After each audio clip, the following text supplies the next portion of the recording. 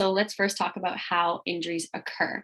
So let's ignore all the freak accidents, the clumsy trips and falls that we cannot control and focus on what we can influence. And in the physio world, these are called modifiable risk factors.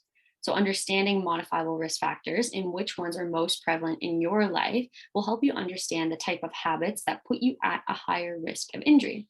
So, for example, the first one is deconditioning. So, a decrease in flexibility, strength, or joint stability, which we'll get into in a bit what each one of those mean, but they can all put you at a higher risk of injury. So, think of it like your physical fitness. Also, excessive or intermittent play can put you at a higher risk of injury. So, excessive play would be, every day, maybe not giving your body enough rest.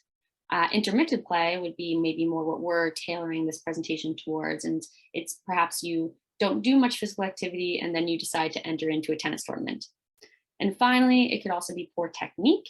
So, like the gentleman swinging the golf club here, if you're constantly hitting the ground, maybe it's when you're walking, you're really heavy on your feet, or you're swinging the racket wrong in golf, any one of those can put you at a higher risk of injury. So, the other example I have there is instability of joints. So, if you're not able to have the wrist strength to hold the tennis racket properly when you swing, that could also put increased stress on the joints, which could cause an injury. So, thinking back on your typical habits, do any of these risk factors apply to you?